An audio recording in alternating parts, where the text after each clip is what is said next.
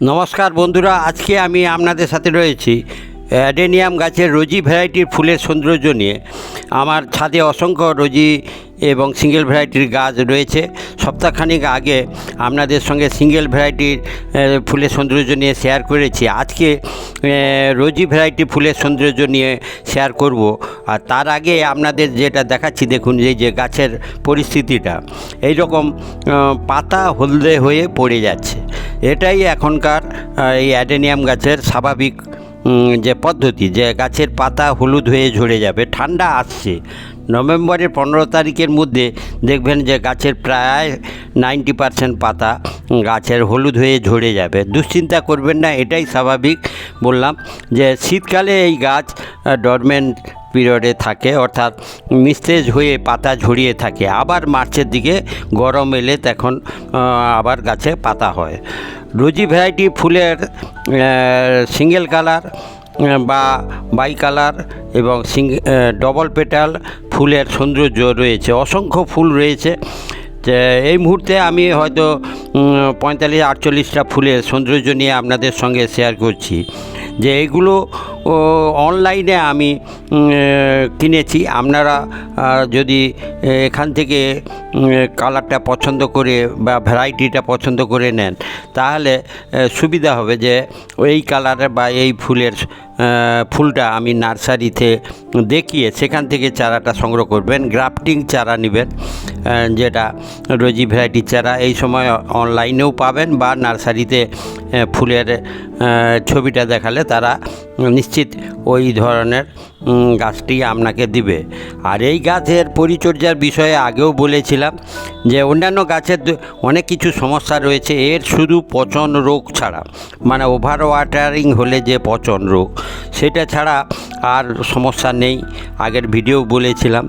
তাহলে এখানে অসংখ্য ভ্যারাইটি রয়েছে, সেখান থেকে আপনি আপনার পছন্দের ভ্যারাইটিটা সংগ্রহ করে নেবেন। এবং প্রায় এই বছরে দুবার ফুল দেয় বলেছিলাম, যে গ্রীষ্মকালে একবার দিবে এপ্রিল মে মাসে, আর এই সময় অক্টোবর মানে শীতের আগে আর একবার দেবে। এইভাবে ফুল দেওয়ার বিষয়টা বললাম। আর এর শুধু ওই বর্ষাকালে শেডের মধ্যে রেখে যদি পরিচর্যা করেন তাহলে কোনো সমস্যাই নেই। আর যদি খোলা আকাশে রাখেন, তাহলে আমি আমার যেমন খোলা আকাশেই রেখে পরিচর্যা করি বর্ষাকালে, পুরো 3 মাস বর্ষাকালে ছাদেই ছিল। সেক্ষেত্রে ওই ওয়েল ড্রেনেজ মাটি, আগের ভিডিও বলেছিলাম, মাটি হবে এমন, জল দাঁড়াবে না। বৃষ্টি যতই হোক, হয়তো 10 মিনিট 15 মিনিটের মধ্যে আপনার টবের ড্রেনেজ সিস্টেম দিয়ে জল বেরিয়ে যাবে। জল না দাঁড়ালে পচনের সমস্যাটা হবে না। আর ওই সময় যেটা করেছি সেটা এখনও করছি। আগে হয়তো 15 দিন ছাড়া পরিচর্যা করতাম, এখন 1 মাস ছাড়া করছি। সেটা আর কিছু নয়, ফাঙ্গিসাইড, অ্যান্টিফাঙ্গিসাইড, যেটা পচন রোগ আটকাবে।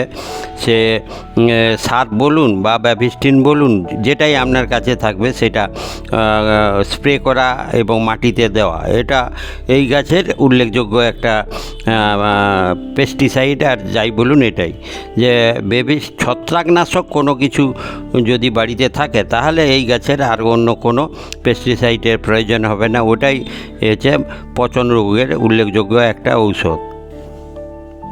আর একটা বলি যে যেখানে বানর বা হনুমানের সমস্যা রয়েছে, বাগানের ফুল ফল নষ্ট করে দেয়, সেক্ষেত্রে এই গাছের ক্ষতি করার বিষয়টা হনুমানরা করে না, কারণ এর একটা আঠালো ভাব রয়েছে।